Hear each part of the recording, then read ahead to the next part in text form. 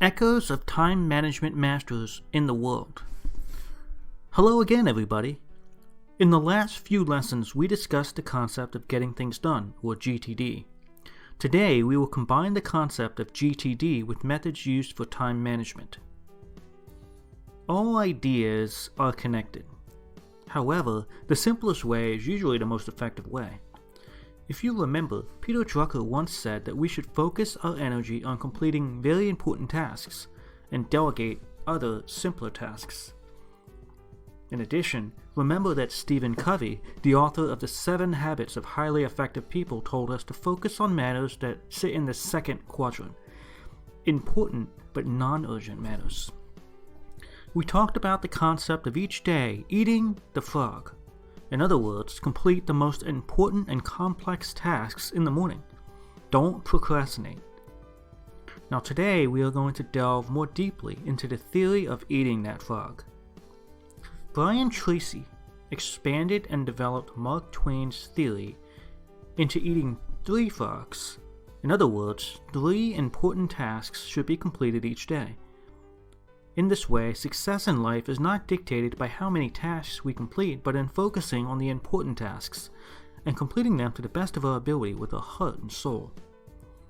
According to GTD proposed by David Allen, all of our tasks and responsibilities, including the ideas we think about, the assignments we receive from others, all of these things should be written down or put into lists in apps or on our mobile phone or such an inbox.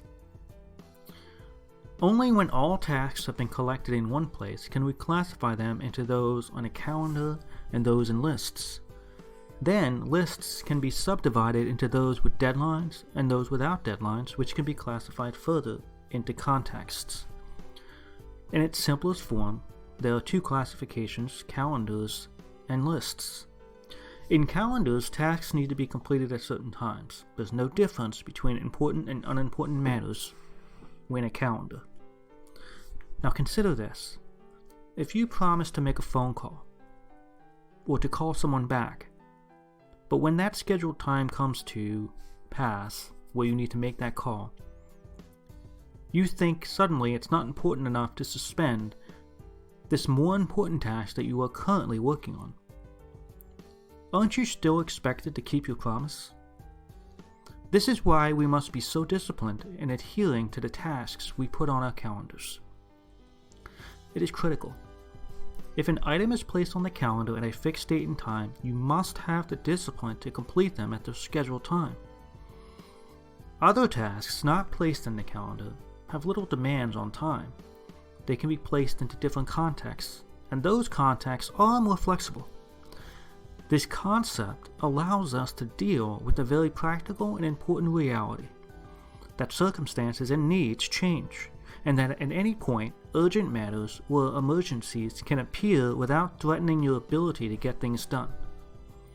Of course, even when items are scheduled, you will still choose between those important matters to complete first over less important items.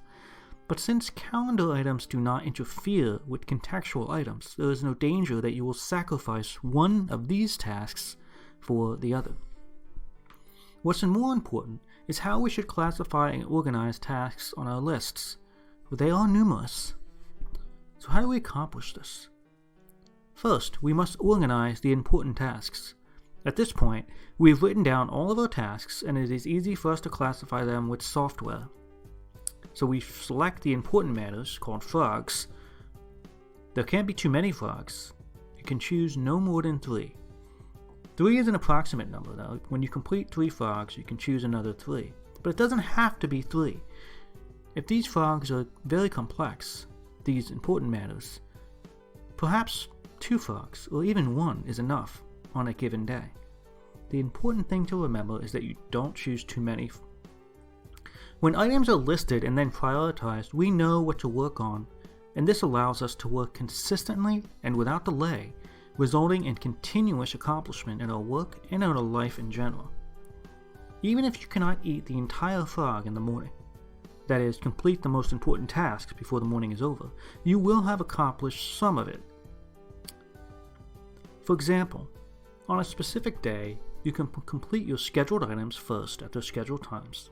If you're expected to call someone at 10 a.m. and promise to go out at 2 p.m., you must do this at their scheduled times.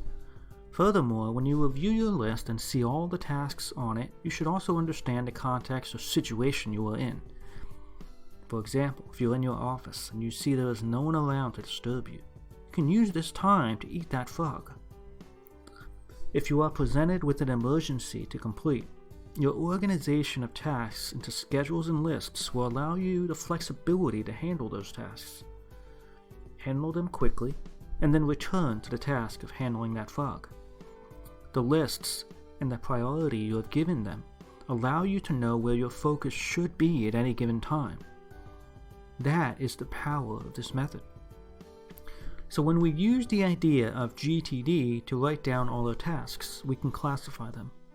Once we finish classifying, we can pick out the important matters and choose to complete those tasks that are best suited to be handled in the situation we are in now. That is, our current context. Now, after hearing this concept for the last few lessons, and even with this knowledge, you still might not be used to this method, and you still might not understand how to put it into action.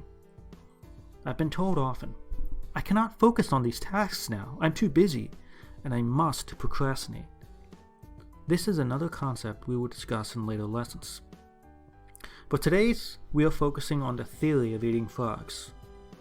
The theory is based on the collection and classification of our tasks. We can call it the 3 processes for efficient time management: collection, classification, and execution. We'll talk more about this in the next class. These 3 processes are enough to collect all of our tasks and prioritize them.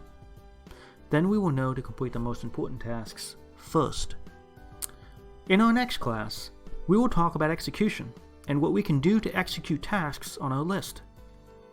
Thanks for listening. As always, I welcome your feedback.